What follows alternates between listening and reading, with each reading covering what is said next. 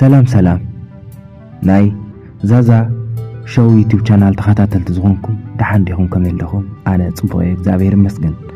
ናይ ሎሚ ዓንቲ ኣርእስቲ ቪድዮና ድማ ከምቲ ኣብቲ ታብኔል ትርእይዎ ዘለኹም ፍልይ ዝበለ ኣርእስቲ ንደቂ ኣንስትዮ ዝምልከት ቪድዮ ሒዘ መፅእ ዘለኹ እስካዕ መወዳእታ ሓቢርኩም ጽንሑ። ሎሚ ብፍላይ ንጓል ዝምልከት ኣገዳሲ ጉዳይ ክንዘራረብ ኢና። እዚ ቪድዮ ንሓደ ወገን ንምውቃስ ወይ ንምንኣኣስ ኣይኮነን።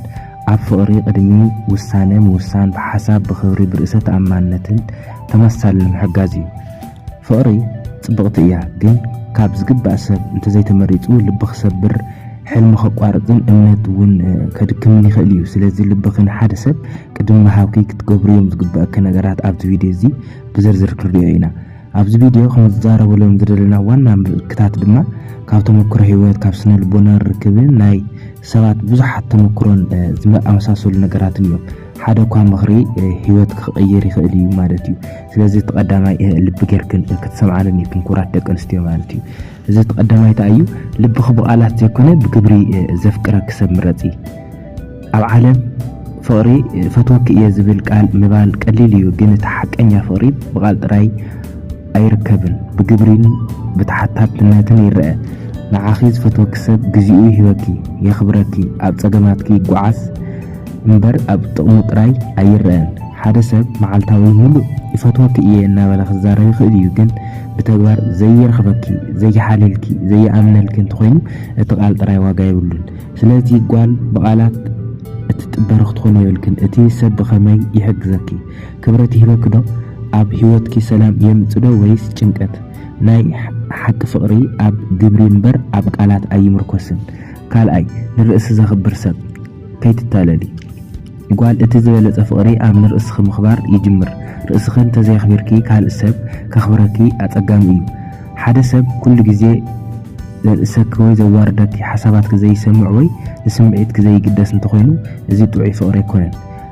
ኣብ ሓቀኛ ርክብ ክልቲኦም ነንሕድሕዶም ይከባበሩ፣ ይሰማምዑ፣ ሓደ ሓሳብ ብሰላም ይለዋወጡ።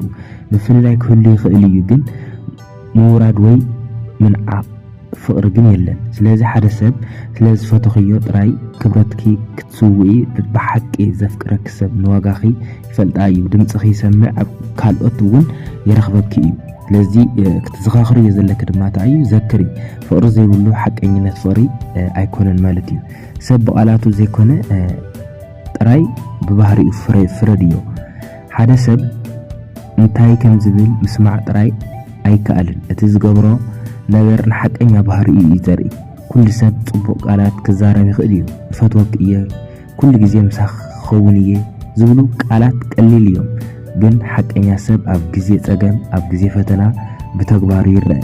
ንዓኺ ዘፍቅረኪ ሰብ ክትሕዚ ወይ ፀገማትኪ ይድግፈኪ፣ ሓሳብኪ ይኸብር እዩ፣ ስምዒታትኪ ይግደስ እዩ። ኣብ ቃል ጥራይ ዘሎ ፍቕሪ ግን ጽላሎት እዩ፣ ብቐሊሉ ይጠፍእ።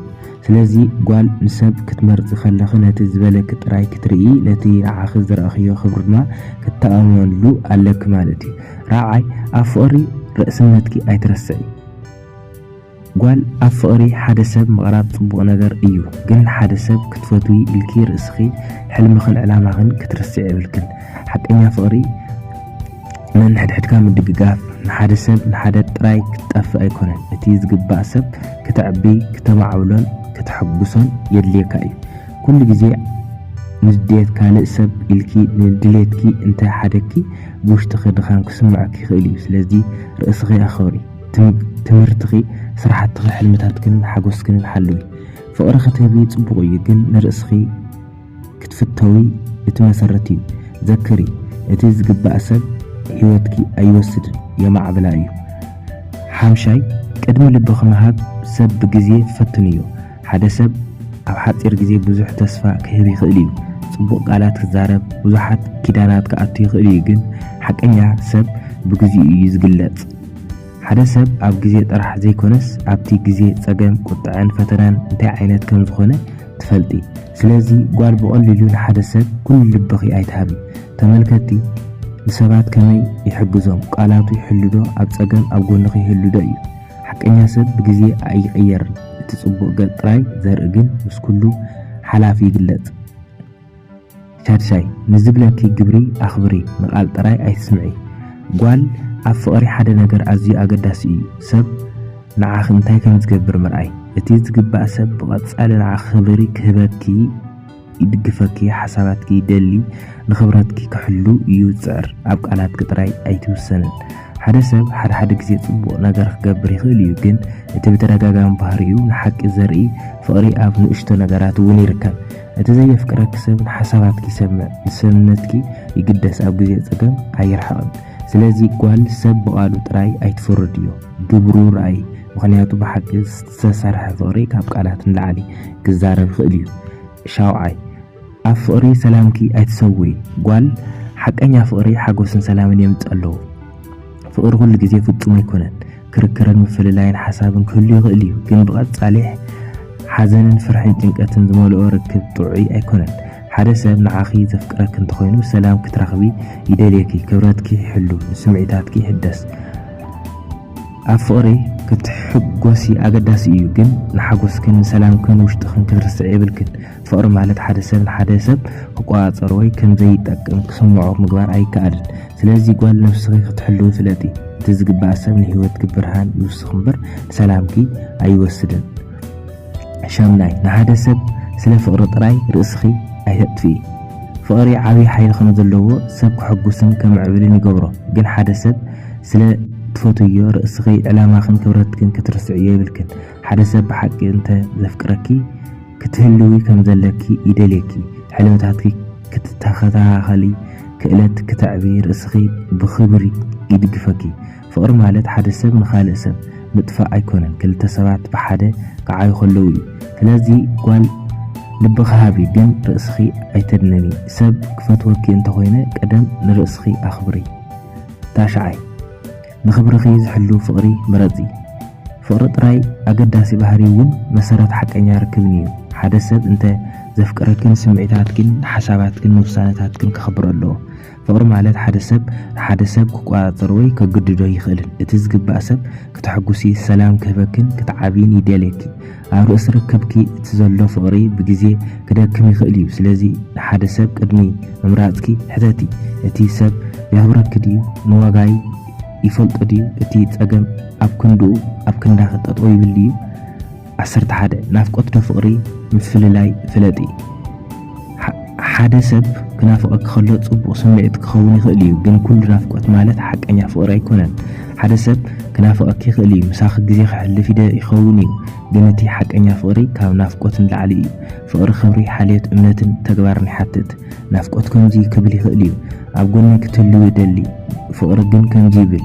ንዓኺ ጽቡቕ ክኸውን ክትዓብይን ክትሕጎስን ይደሊ እቲ ጓል ሓደ ሰብ ስለ ዝናፍቐኪ ጥራይ ልብኺ ኣይትሃቢ እቲ ሰብ ብተግባሩ ንዓኺ ይሓልልኪ ድዩ የኽብረኪ ድዩ እዩ ዝርአ 12 እቲ ሰብ ከምዘይፈትወኪ ዘርእዩ 7 ምልክታት ንኹሉ ንሰላምኪ ይንዕቕ ኣብ ግዜ ፀገምኪ ይርሕቕ ንኽብረታትኪ ኣይሕሉን ጥቕሙ ጥራሕ ይደሊ ተስፋ ዝህብ ግን ቃሉ ኣይሕሉን ንኽብረትኪ ኣይሕሉን ጥቕሙ ጥራይ ይደሊ ተስፋ ይህብ ግን ኣይሕሉን ምስ ካልኦት ኣኽብሮት ኣየብሉን ሓጎስኪ ኣይድግፍን 13 ፍቕሪ ርሕቐት ዕንወት ዶ ፍቕሪ ርሕቐት ክህልዎ ይኽእል እዩ ክልተ ሰባት ኣብ ዝተፈላለየ ቦታ እናሃለዉ እምነት ሓቀኝነት ሓልዮት እንተሃልዩ ርክቦም ክጸንዕ ይኽእል እዩ ግን ፍቕሪ ርሕቐት ብቓላት ኣይሕደስን ሓዳዊ እምነት ግልጽን ርክብን ነንሕድሕድካ ምክባርን የድዮ እዩ ሓደ ሰብ ርሒቕ እናሃለወ ሓልልኪ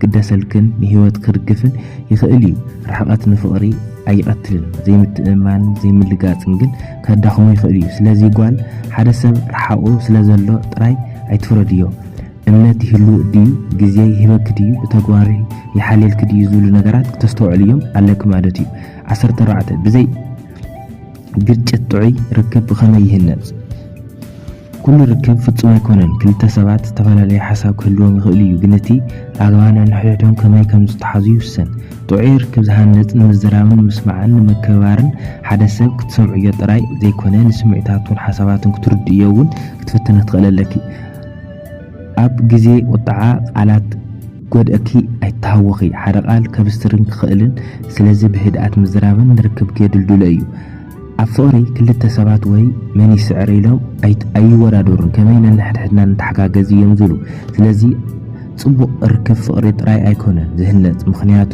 ትዕግስትን ምክባርን እዩ ዝህነጽ 15 ኣብ ፍቕሪ ትዕግስቲ ተምሃሪ ቀልጢፍካ ይትፈረዲ ኩሉ ሰብ ጌጋ ክገብር ይኽእል እዩ ኣብ ርክብ እቲ ኣገዳሲ ጌጋ ዘይመራሕ ጥራይ ዘይኮነስ ካብ ጌጋ ምምሃርን ምስትውዓልን እውን መሰረታዊ ነገር እዩ ሓደ ሰብ ንእሽቶ ጌጋ ስለ ዝገበረ ጥራይ ኣይትፈረድዮ ተመልከቲ ጌግኡ ይቀትል ደሎ ወይ ከዓ ክስተኻኸል ይጽዕር ደሎ ኢልካ ክትሓስብ ትኽእል ኣለኪ ግን እቲ ትዕግስቲ ማለት ኩሉ ነገር ምጽዋር ኣይኮነን ብቐጻሊ ዘዋርደኪ ዘጓሳቑለኪ እንድሕር ኮይኑ ግን ክትውስን ትኽእል ኢኻ ማለት እዩ ሓቀኛ ፍቕሪ ክልተ ነንሕድሕዶም ከዓብዩ ዝሕግዝ እዩ ብትዕግስትን ብምርዳእን ብኣኽብሮትን ድማ ክርከብ ይኽእል እዩ 17 ኣብ ፍቕሪ መሰረት እዩ ጓል እምነት ኣብ ዝኾነ ርክብ ከም ዝመሰረተት ገዛ እዩ ብዘይ እምነት ፍቕሪ ክጸንዕ ኣጸጋሚ እዩ እምነት ማለት ሓደ ሰብ ኩሉ ግዜ ምጥርጣርን ዘይኮነን ነንሕድሕዶም ሓቂ ምዃንን ቃሎም ምኽባርን ሓላፍነት ምውሳድን እዩ ሓደ ሰብ ንዓኺ እምነት እንተሃለሂብኪ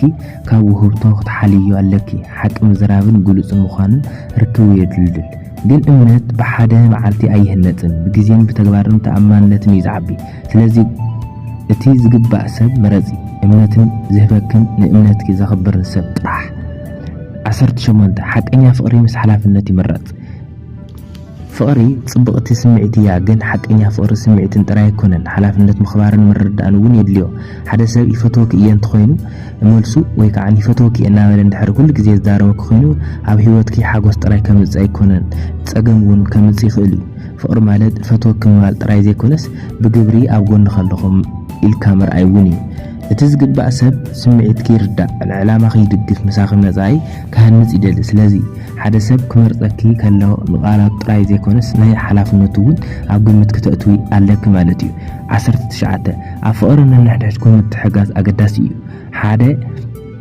ፍቕሪ ሓደ ሰብ ንሓደ ጥራይ ምጽባይ ኣይኮነን ነንሕድሕድኩም ክትደጋገፉን ክትመዓዓዱን ኣለኩም ኣብ ርክብ ክልተ ድሌታትኩም ሕልምታትኩም ጸገማትኩም ክካፈሉ ኣለዎም ሓደ ወገን ጥራይ እንተዘይኮነ ይጽዕር እቲ ርክብ ሚዛኑ ይሰኣን እቲ ዝግባእ ሰብ ምሳኺ ክወዳደር ዘይኮነ ምሳኺ ክዓቢ ይደሊ ኣብ ግዜ ሓጎስን ጸገምን ክልቲኹም ነንሕድሕድኩም ክትደጋገፉ ኣለኩም ፍቕሪ ሓደ ሰብ ንዓይ ጥራይ ግበርለይ ዝብል ኣይኮነን ከመይ ነንሕድሕድና ንተሓጋገዝ ዝብል እዩ ስለዚ ህይወትኪ ዝድግፍ ዕላማኺ ዘኽብር ምሳኺ ክዓቢ ዝደሊ ሰብ ክትመርጽ ትኽእል ኣለኪ ማለት እዩ 20 ኣብ ፍቕሪ ሓቂ እምበር ምስሊ ኣይትምረጺ ኣብ መጀመርያ ግዜ ሓደ ሰብ ብመልክዑን ብቓላቱን ብኣቀራርቡን ክስሕበኪ ይኽእል እዩ ግን ነባሪ ፍቕሪ በዚ ጥራይ ኣይህነጽን እቲ ኣገዳሲ ነገር ባህሪ እዩ ባህሪ ሰብ እዩ ከመይ ሰባት ነንሕግዞም ቃሉ ይሕሉ ድዩ ክብረት ንኻልኦት ይህብ ድዩ እዚ ንሓቀኛት ዘርኢ እዩ ሓደ ሰብ ጽቡቕ ምስሊ ክህልዎ ይኽእል እዩ ግን ጽቡቕ ልብን ጽቡቕ ባህርን እንተዘይብሉ እቲ ፍቕሪ